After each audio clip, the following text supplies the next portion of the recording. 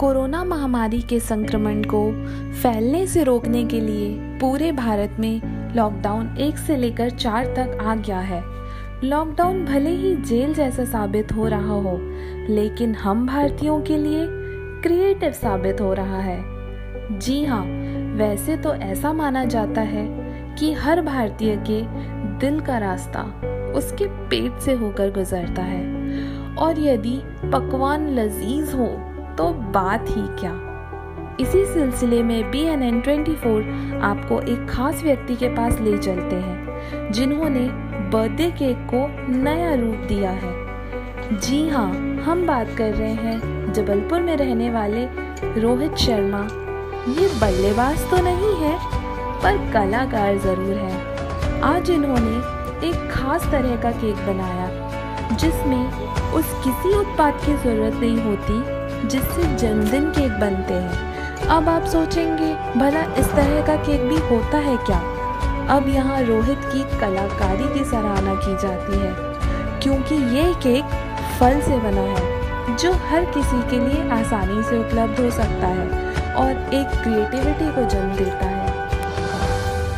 देखिए जबलपुर के इस कलाकार की BNN 24 पर एक खास स्टोरी।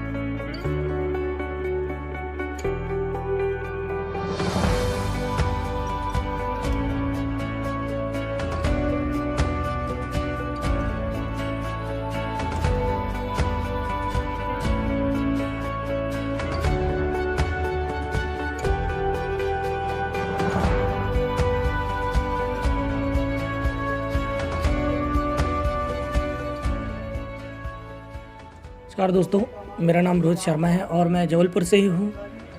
बचपन से ही मुझे कला के क्षेत्र में बहुत रुचि थी। जैसा कि अभी इस लॉकडाउन के समय में बहुत से कलाकार बेरोजगार हो गए हैं, तो उसी दरमियान मैंने सोचा कि कुछ अलग किया जाए। तो मैंने सोचा कि जैसे बहुत सी खुशियों के पल आते हैं, जैसे जन्मदिन हो गए और सालगिरह, शादियों की एनिवर्सरी वगैरह होती हैं, तो लोग केक खरीदते। लॉकडाउन के चलते केक का मिलना बहुत ही मुश्किल हो रहा है, तो उसी को चलते मैंने सोचा कि जिसे वाटरमेलन कलिंदर, जिसे हम कलिंदर कहते हैं, तो उसे मैंने लेकर आया था घर के लिए। तो उसको जब मैंने काटने की कोशिश की, तो मैंने बोला क्यों ना इससे बर्थडे में अपन काटा जाए, तो हो सकता है धीरे धीरे ये लोग फिर इसी को आगे करते रहें। तो फिर मैंने केक में धीरे धीरे डिज़ाइन ऐसे बनाना स्टार्ट किया। फिर स्टार्ट से मेरे को याद आया कि क्यों ना हम इसमें हैप्पी बर्थडे लिखें। तो मैंने कैलेंडर लाया, उसमें हैप्पी बर्थडे लिखा और एक फ्लावर का डिज़ाइन दिया। कैलेंडर और बहुत से फ्रूट्स में लोग कार्विंग करते हैं, डिज़ाइन करते हैं। बहुत से कलाकार हैं जो फलों में डिज़ाइन बनाते हैं, लेकिन कोई कलाकार ऐसा नहीं है जो इस रूप से उसको ऐसा, क्योंकि लॉकडाउन के चलते हुए बहुत से कलाकार बेरोजगार तो हो गए हैं।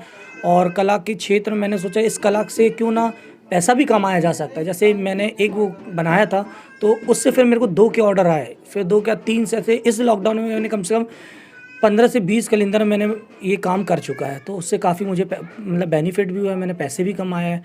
तो इसीलिए किसी भी कलाकार को ये नहीं सोचना चाहिए कि हम भूखे रह सकते हैं, या ऐसा कभी नहीं हो सकता। इस लॉकडाउन में आप अपनी कला को निखारें और उस कला से आप सोचें कि आप कैसे पैसे कमा सकते हैं। मैं भी कलाकार हूँ, मैं पेंटिंग करता हूँ, बहुत सी चीज़ें करता हूँ, पैसे मिलते हैं।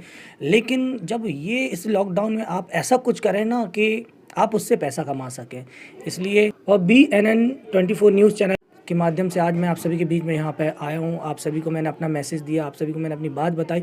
आप सभी घर बैठे बैठे कुछ ऐसा काम करें कि आप पैसे भी कमा सकें अपने दोस्तों तक और अपनी कला को भी निखारें। धन्यवाद।